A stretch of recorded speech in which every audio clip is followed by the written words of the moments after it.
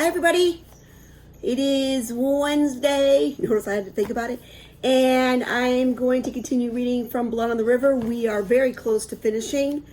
When I last left off, Samuel was holding Virginia and basically saying to her that she's got to be tough. She's got to hold on to life. All right, here we go. What shall I say? But thus we lost him, that in all his proceedings made justice his first guide, and experience his second, ever bating baseness, sloth, pride, indignite, more than any dangers, that never allowed more for himself than his soldiers with him, that upon no danger would send them where he would not lead them himself, that would never see us want what either be bad or could by means get to us, whose adventures were our lives and whose losses our deaths. We're going to have to figure out what that's about. The days the ships are to leave, I go to Captain Smith's cabin to help him gather his belongings. He is able to take a few painful steps with his cane now, but it is still hard for him to get around. Everyone says he is returning to England to get better medicine than we have here, but I know he would stay if they had not robbed him of his authority and his power to help our colony. Captain Smith holds 2 strings of beads in his hand. They are a new kind, blue, with an intricate designs made by layers in the glass.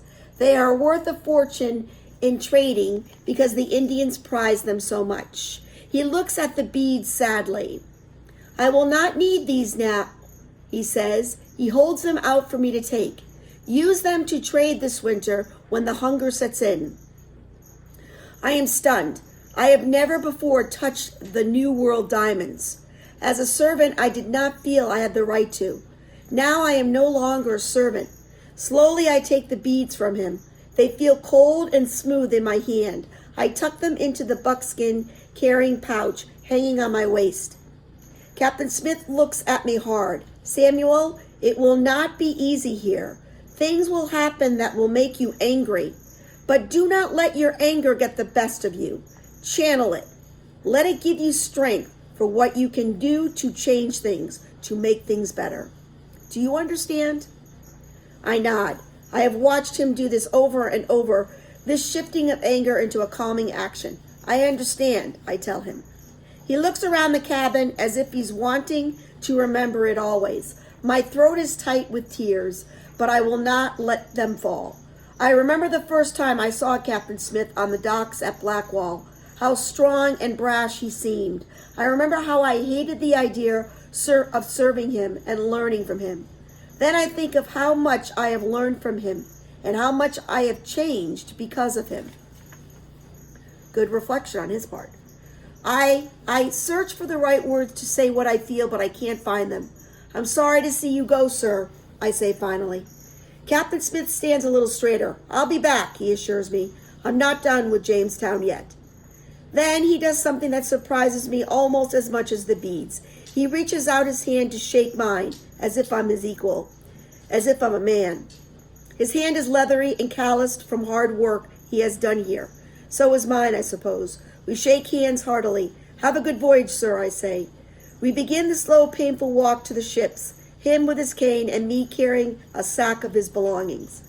I want to find you alive and well when I return, Samuel, he says good-naturedly. No starving, no dying from the summer sickness, no getting shot full of arrows. I grin. Yes, sir, I say. His orders suit me just fine. John Layden joins us and gives Captain Smith a strong shoulder to lean on as he struggles to walk. You have been just a leader. You have been a just leader, Captain, he says. What will we do without you? You experienced settlers know a thing or two about survival, Captain Smith says. Maybe these newcomers will learn from you. Others join us until we are a small knot of men, walking slowly out the fort gates and down to the river. The men each having something to say. You were the best president we ever had, sir. You did more work than any of those gentlemen. Who will trade with the natives with you gone, sir? Have a safe journey, Captain Smith. The longboats are already making their trips back and forth from the motherships. Richard is there waiting for his turn. He was still asleep when I left the cabin this morning, so this is the first I've had a chance to talk with him. Samuel, he calls me to approach. Are you sure you don't want to come? Think of all you're missing. The seasickness, the rats, the storms, week after week, nice dark 'tween deck. So he was kind of teasing him. I take a breath as if I'm savoring my memory of the journey. Ah, the stench, and the way the slop bucket sloshed all over the place in the rough seas. I touch my hand to my heart. I will miss it. Richard laughs. Maybe you should come back with us, he says. You could be an actor in one of the Master Shakespeare's new plays. There are plenty of good things I think about. England, fields of heather blooming in the countryside, London busy, exciting streets, the chance to visit Mum's grave. But I will stay here in Jamestown. I touch the beads through the soft buckskin of my carrying pouch. I suppose you'll miss me too, I say to Richard. Who will you have fistfights with if I'm not here? He crosses his arms over his chest and we look at each other. The truth is, I will miss him terribly. Richard, get yourself in that longboat or you're staying here, Henry shouts. He is helping with the launch and he has no patience. There is no time for long goodbyes. I ball up my fist and tap my chest, then my forehead, then Richard's chest and his forehead. Goodbye, my friend, I say. Captain Smith and Richard ride the longboat to the ship. It is not easy for Captain Smith to climb the rope ladder to the deck, but Richard and some of the sailors help him and he makes it. They turn for one last look at the Virginia shoreline and our fort and the group of us waving to them. Then they are ushered below to the 'tween deck for a long journey home. Soon after Captain Smith leaves, it is clear that we don't nearly have enough food to get us through the winter. When Chief Powhatan sends word that he will trade for corn, Captain Radcliffe goes strutting around the fort, full of his own importance. I will take 50 men, he announces. We will have piles of copper and beads and will bring back plenty of corn to feed everyone. Captain Smith was not the only man skilled in trading. You will see how quickly we forget he was ever here. The new colonists are happy. They trust Captain Radcliffe and they feel confident we'll be eating well all winter. But I see that noose ready to strangle our colony. Little foreshadowing. Then something happens that does give me hope. Hope for me and John Layden and his family. Master Percy says he will build a fort at Port Comfort, about 30 miles downriver from Jamestown, near where the river meets the Chesapeake Bay. From there, we will be able to protect Jamestown from a Spanish invasion. We'll stop the Spanish ships before they even enter the river. Soldiers will work to pile up dirt and mount artillery. John Layden and I are being sent to build cabins for the fort. We will call our fort Algonquin. I fear what will happen in Jamestown this winter with its overcrowding and lack of food. And Jamestown is the heart of our colony. I believe that if the natives attack, it is Jamestown they will attack. But at Point Comfort, we will have only about 30 men to feed. We will have our own hogs, fish to catch, and oysters to dig. We will be just across the river from the Wurzac village, where the people have become like my family, and very near the Cocktons, who have been our friends because Captain Smith often stopped in to see them on his voyages. I have the blue beads and my Algonquin words. I will be very glad to spend the winter at Point Comfort instead of Jamestown. I happily gather up my belongings for the move to Point Comfort. Then I go to the Layden's cabin to offer to help them pack. When I enter their cabin, John is packing up his carpentry tools, and Anne is sitting quietly watching him while the baby sleeps in her cradle. Are you already packed? I asked Anne. She looks down and shakes her head. John doesn't even glance at me. I frown. Why not? I ask. The barge will leave tomorrow morning. She isn't coming, John says quietly. What? I blurt out. But you have to come.